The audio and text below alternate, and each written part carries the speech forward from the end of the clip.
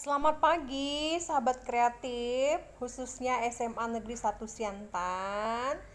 Ketemu lagi ya sama Bu Eta dalam materi pembelajaran bahasa Indonesia tentang menganalisis isi dan kebahasaan novel ya. Siswa-siswi SMA Negeri 1 Siantan yang Ibu Eta sayangi, semangat belajar ya kita pada hari ini. Nah, di antara kita pastinya sering membaca novel, ya kan? Nah, novel itu adalah bacaan yang menyenangkan bagi sebagian orang, karena di dalam novel pasti ada cerita-cerita yang bisa kita ambil pesan-pesannya, ya. Ada juga cerita-cerita novel yang dapat menghibur kita ketika kita sedang stres, sedang bosan, ya. Apalagi di tengah pandemi seperti ini, sangat asik kalau kita membaca novel ya anak-anak. Nah, kompetensi dasar yang kita akan capai pada pembelajaran menganalisis isi dan kebahasaan novel adalah kita nanti akan mempelajari tentang karakteristik unsur-unsur novel seperti apa saja. Kemudian kita membandingkan novel dan novelet itu apa bedanya. Kemudian kita mengidentifikasi struktur novel dan menganalisis kebahasaan novel. Nah, Nana, apa manfaat kita belajar ini? Tentunya sangat bermanfaat.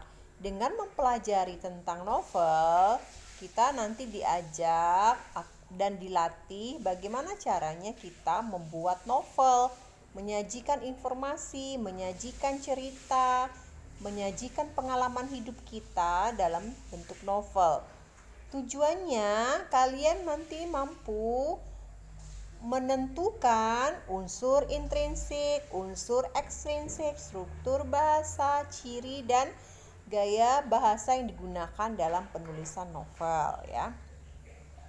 Nah, selanjutnya literasi diharapkan ya dalam pembelajaran novel ini.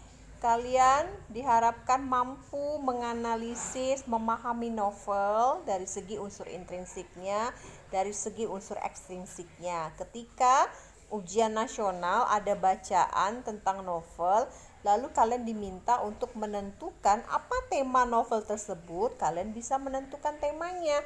Apa tokohnya, siapa tokohnya, apa penokohannya, kalian juga bisa menentukan tokoh penokohan dalam kutipan novel yang terdapat pada soal ujian nasional ya.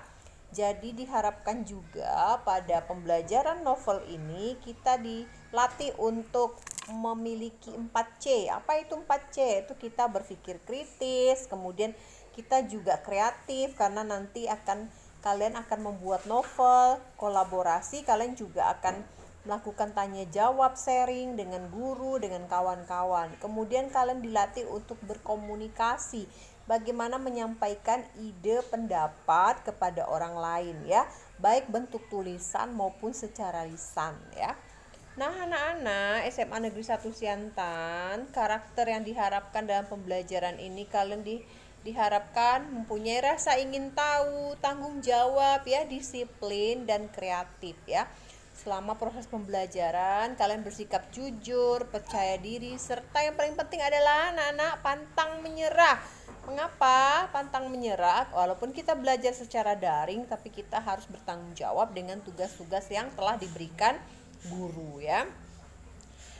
Nah, ketika kalian ibu berikan beberapa novel, pertama misalnya tentang Rentang Kisah, Dia Adalah Kakakku, Kata, Hujan Reda, Rumus Matematika SMK, Rumus Matematika SD ya. Menurut kalian buku-buku ini mana yang termasuk dalam novel? Tentunya kita pasti sudah tahu ya. Novel itu ceritanya adalah cerita yang bersifat fiksi ya, cerita hayalan ya. Nah, tentunya judul yang termasuk dalam novel ya Hujan Reda itu novel, Kata itu novel, Dia Adalah Kakakku itu juga novel, Rentang Kisah juga termasuk dalam novel ya. Kalau buku Rumus Matematika SMA, Rumus Matematika SD itu bukan novel tentunya ya. Itu adalah buku yang bersifat buku ilmu pengetahuan ya. Nah, anak-anak, apa kita tahu apa itu novel? Nah, novel adalah karangan panjang, karangan prosa ya, lebih panjang dari novel yang menceritakan tentang kehidupan seseorang dengan orang-orang yang ada di sekelilingnya dengan menonjolkan watak dan sikap setiap pelaku ya. Jadi novel itu menceritakan tentang keseharian kita. Misalnya sekarang ini lagi masa pandemi COVID-19, kita bisa menuliskannya dalam bentuk novel. Kemudian kita belajar secara daring, kita juga bisa menceritakannya dalam bentuk novel. Novel adalah cerita hayalan. Artinya hayalan adalah cerita imajinasi yang ditambah dengan bumbu-bumbu dengan kata-kata yang indah, yaitu majas-majas ya. Novel juga bisa didefinisikan sebagai karya yang umumnya bercerita tentang tokoh-tokoh ya dan kelakuan mereka dalam kehidupan sehari-hari dengan menitik beratkan pada sisi-sisi yang aneh ya dari seseorang ya. Nah, kemudian apabila kita ingin membuat novel ya, kita tentunya harus mempunyai unsur intrinsik ya. Seperti membuat rumah. Kalau kita ingin membuat rumah pasti ada apa? Ada kayu, ada tanah, ada pasir. Sama ketika kita melihat sebuah novel, pasti di dalamnya ada unsur intrinsik, unsur yang terdapat yang membangun karya sastra itu, yaitu novel itu sendiri. Nah, tema di dalam novel pasti ada tema ya. Tema itu apa? Tema adalah pokok pikiran, ide yang mendasari sebuah novel ya. Tema harus ada karena dengan tema kita bisa menuliskan novel secara terperinci ya. Kemudian tema merupakan panduan kita dalam mengarang ya. Bagaimana cerita itu diselesaikan semuanya ditentukan oleh tema ya. Nah, untuk menentukan tema kita harus berpikir bahwa bukan sekedar mau bercerita ya. Kalau untuk menentukan tema itu kita bisa saja membuat novel berdasarkan tema-tema kehidupan sehari-hari, pandangan hidup kita sehari-hari. Kemudian komentar kita tentang hidup. Kemudian tidak perlu selalu berwujud ajaran moral, bisa saja dalam bentuk hiburan ya, lelucon, lucu-lucu ya. Kemudian bisa merupakan pengamatan kita, hasil pengamatan kita. Misalnya kita mengamati tentang ibu-ibu yang kesusahan dalam mencari nafkah, kita bisa menuliskannya dalam bentuk novel kisah hidup ibu itu. Kemudian pesannya tidak selalu definitif, artinya pesan yang disampaikan dalam cerita itu pesannya bisa saja pesannya tidak nampak ya, tersirat ya, itu maksudnya. Nah, Nana, tema itu kita golongkan ada dua. Ada tema yang bersifat mayor. Mayor itu artinya tema secara keseluruhan ya, tema besar gitu ya. Misalnya temanya tentang sosial ya, berarti kan ceritanya ngarah-ngarah kepada sosial. Misalnya contoh novel yang berjudul Para Priai. Nah, judul novel Para Priai itu kan bertemakan sosial ya. Kemudian tema sejarah, misalnya Ku Antar ke Gerbang, itu kan tema sejarah. Tema psikologis, judul novelnya Jalan Tak Ada Ujung. Kemudian tema ketuhanan, misalnya kita membaca novel yang berjudul Robohnya Surau Kami, itu tentang ketuhanan ya. Nah, dari tema mayor ini kita bisa menemukan juga tema minor. Tema minor ini turunan dari mayor.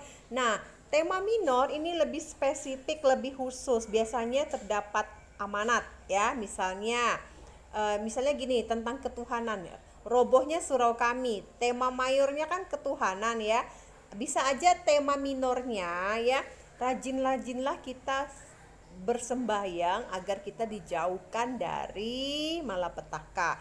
Nah, itu tema turunannya, tema minornya ya. Itu sebagai pondasi utama ya. Nah, anak-anak coba kita lihat ini ya.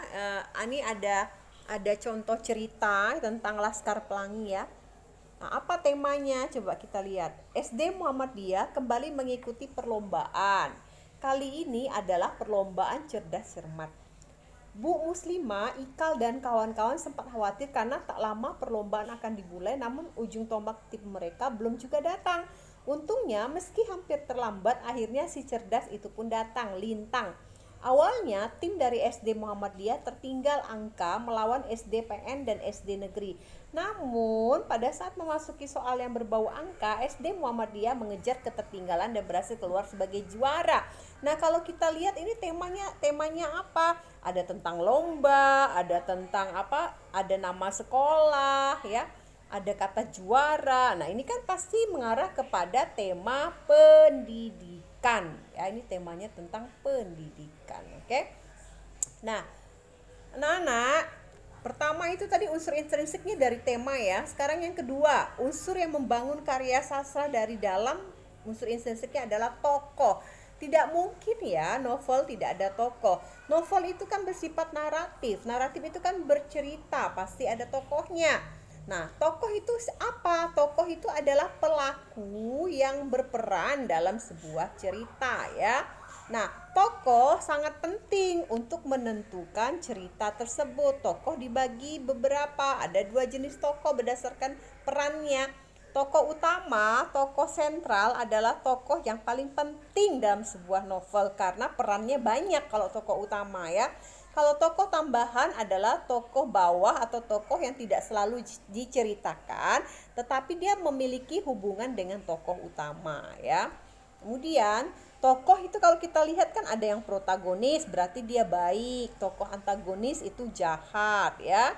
Kemudian dari segi penokohan yang ketiga, tadi yang kedua kan tokoh ya, unsur intrinsiknya. Yang ketiga yaitu penokohan. Penokohan adalah karakter tokoh. Karakter tokoh yang nampak dalam sebuah cerita. Nah, anak-anak, kalau kita membuat novel, untuk menentukan atau untuk menceritakan novel kita bisa menentukan, bisa membuat penokohan pertama dengan cara analitik, yaitu kita memberikan perincian ya secara langsung. Kemudian dramatik itu secara tidak langsung itu dapat dicitrakan melalui dialog, melalui pikiran, perasaan, lukisan fisik, perbuatan dan komentar atau penilaian tokoh lain dalam fiksi ya.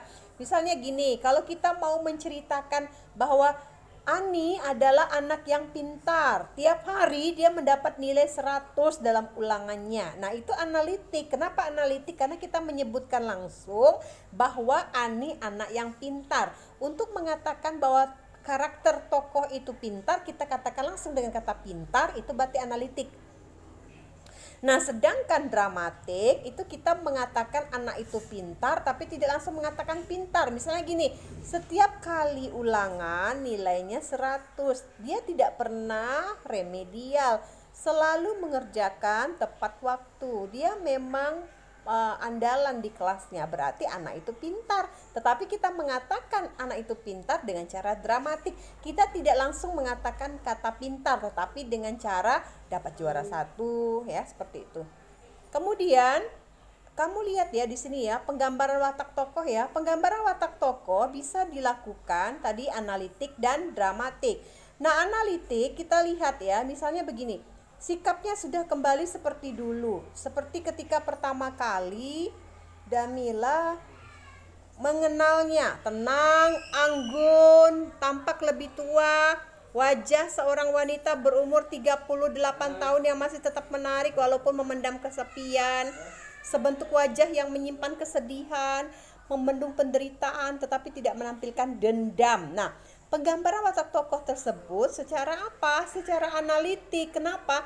Karena ada kata dendam. Dendam itu kan dia langsung menyebutkan karakter tokohnya dendam. Itu analitik ya maksudnya ya. Kemudian anak-anak, kalian lihat lagi nih sifat tokoh Maria dalam kutipan tersebut. Coba kita lihat. Ya, Bapak sekarang benar mempelajari agama, kata Maria. Setiap petang Senin dan petang Kamis kami disuruhnya juga belajar agama. Kalau bagi saya apa salahnya kita menurut kata orang tua. Nah, sifat tokoh Maria apa? Menurut kata orang tua. Ada kata menurut. Menurut kan sama juga dengan patuh, berarti itu juga analitik ya secara langsung. Nah, anak-anak ya, kita lihat lagi bahwa watak tokoh itu merupakan karakter tokoh. Nah, watak tokoh kita bisa lihat dari apa? Dari perilaku yang dilakukan oleh si tokoh. Nah, coba kalian lihat ini contoh kutipan novel. Pertama, kami gelagapan. Tidak siap menjawab pertanyaan interrogatif di senja bergerimis dalam keadaan kepayahan ini. Apa salah kalian? Berondongnya. Sekali lagi tidak sabar, gerimis bercampur dengan percikan ludahnya. Mukanya maju, napasnya menggerubuti mukaku. Aku katupkan mataku rapat-rapat. Apa yang akan dilakukan Tyson ini padaku? Melihat aku menutup mata, dia membentak lebih keras. Jangan takut dengan manusia, jawab. Aku tidak punya pilihan lain untuk memberanikan diri menjawab. Ragu-ragu, maaf, kak, kami terlambat. Nah, kata-kata itu adalah menunjukkan watak ya. Karena watak marah, kemudian ada watak sabar di situ ya. Nah, itu dari segi watak. Berarti nomor 2 ya anak-anak yang menunjukkan watak. Nah, selain itu unsur intrinsik yaitu ada alur. Alur itu apa sih? Alur itu kan jalan cerita sebuah novel.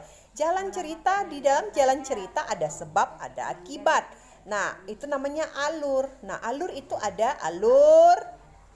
awal, tengah, akhir. Awal berarti pengenalan ceritanya. Ya, pertengahan ada apa? Awal konflik, puncak konflik. Bagian akhir apa? Penyelesaian ya, anak-anak ya. Nah, kemudian di dalam alur pasti ada sebab akibat. Ada sebab, ada akibat. Misalnya, sebabnya apa? Kenapa sekolah itu mau ditutup? Sebabnya apa? Karena tidak ada muridnya. Itu sebab akibat ya. Kemudian di dalam alur pasti ada peristiwa, ada konflik, ada masalah ya.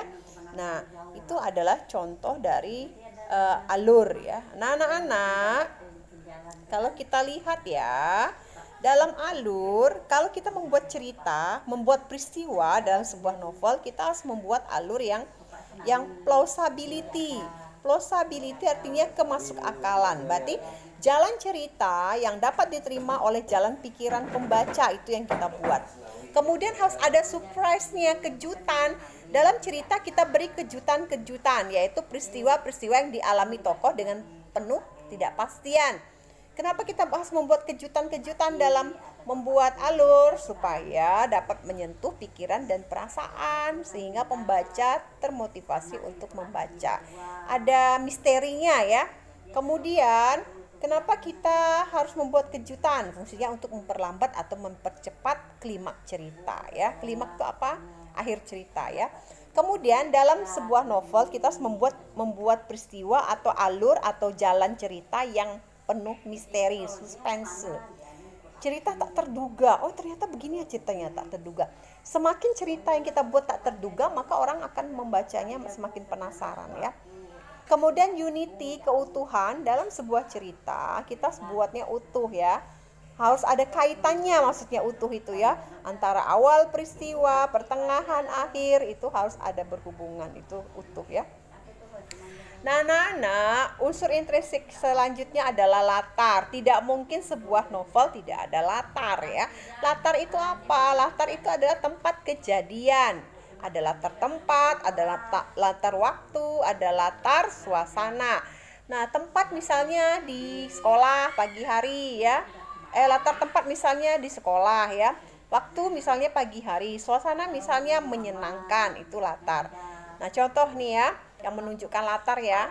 Perahu terombang-ambing pelan, Jasmine memperbaiki posisi snorkel. Nomor 3, Tegar meneriakkan agar tidak jauh-jauh. Yang keempat, Jasmine mengacukan tangannya. Yang kelima, dari sini terlihat bentuk betapa senangnya Jasmine. Jadi yang mana kalimat yang menunjukkan latar?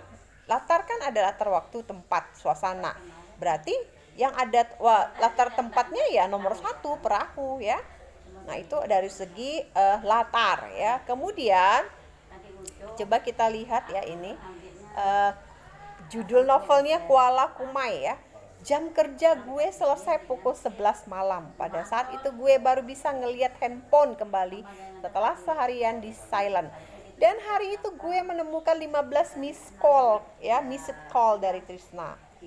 Kata Radit, gila, 15 missed call, ada gempa bumi ya. pesawat jatuh atau Dorce operasi kelamin lagi. Trisna, lo di mana sekarang? Nah, itu adalah contoh novel, tapi dia mendeskripsikan apa? Dia banyak mendeskripsikan objek. Objeknya apa saja? Objeknya misalnya, objeknya terlihat pada melihat handphone. Handphone kan objek ya. Menemukan 15 miss call ya, kemudian gempa bumi, pesawat, itu semua adalah objek. Ya anak-anak, latar atau setting itu adalah gambaran yang digunakan untuk menempatkan peristiwa dalam penceritaan fiksi. Jadi latar ini menyaran pada tempat, waktu, dan sosial. Latar tempat intinya berkaitan dengan kondisi geografis ya. Acuannya dapat berupa pusat keramaian, pusat perbelanjaan, pusat olahraga, pusat perdesaan, pusat perkotaan, sekolah, rumah. Nah, itu latar-latarnya ya, bisa digunakan dalam membuat novel. Kalau latar waktu berkaitan dengan kondisi, misalnya abad, dasawarsa, tahun, bulan, hari, jam, zaman maupun historis sejarah ya. Nah, latar sosial berkaitan dengan kondisi tokoh atau masyarakat yang digambarkan dalam cerita.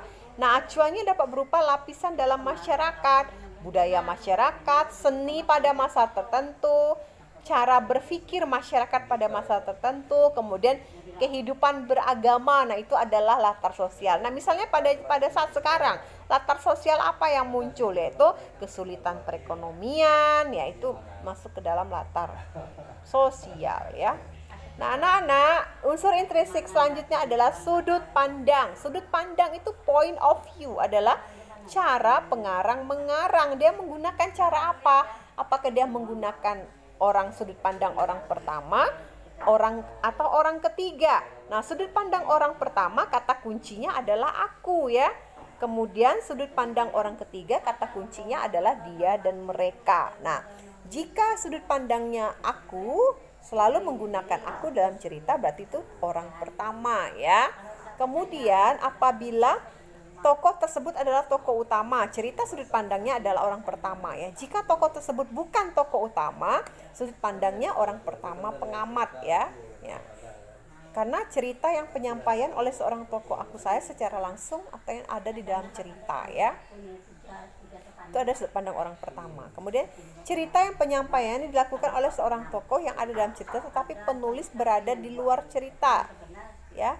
Ia disebut sebagai sudut pandang orang ketiga ya. Jadi orang ketiga itu jika narator hanya menceritakan ya, ada naratornya, dia menceritakan, memberikan informasi sebatas yang bisa dilihat atau didengar dan belum sampai pada pengungkapan pemikiran, sudut pandang cerita ya. Nah, anak, kemudian unsur intrinsik yang selanjutnya adalah amanat. Amanat itu apa? Amanat adalah pesan yang terkandung dalam sebuah cerita. Amanat dalam novel pada umumnya disampaikan pengarang kepada pembaca melalui dua cara, yaitu cara tersurat, dapat dilihat langsung, dan tersirat, dipahami dari balik cerita ya. Nah, itu merupakan amanat. Nah, contoh amanat yang terkandung dalam novel nih ada ya. Ada cerita dari Anafis ya, anak kebanggaan. Tapi itu tak dapat dicapai dengan kenduri saja. Masa dan keadaanlah yang menentukan. Ompi yakin masa itu pasti akan datang dan ia menunggu dengan hati yang disabar-sabarkan. Pada suatu hari yang gilang gemilang, angan-angannya pasti merupa jadi kenyataan.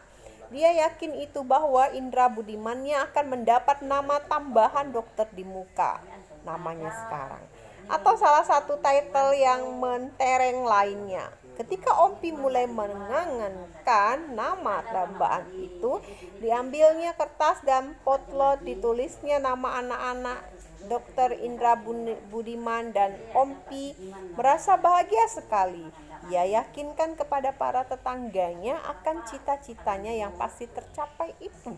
Nah, ini karya A.A. Nafis, anak kebanggaan. Nah, amanat yang terkandung dalam novel tersebut apa? Nampak ya bahwa hendaknya kita yakin dengan apa yang kita cita-citakan, karena ada kata-kata dia yakin itu bahwa Indra Budiman akan mendapat nama tambahan dokter. dokter. Berarti dia yakin ya dengan cita-citanya. Nah, itu anak-anak ya. Itu adalah tentang unsur intrinsik ya anak-anak. Kalian pahami, kalian pelajari ya, kalian ringkas ya materi ini ya anak-anak ya. Selamat belajar. Selamat sampai ketemu lagi ya pada pertemuan berikutnya. Salam sehat.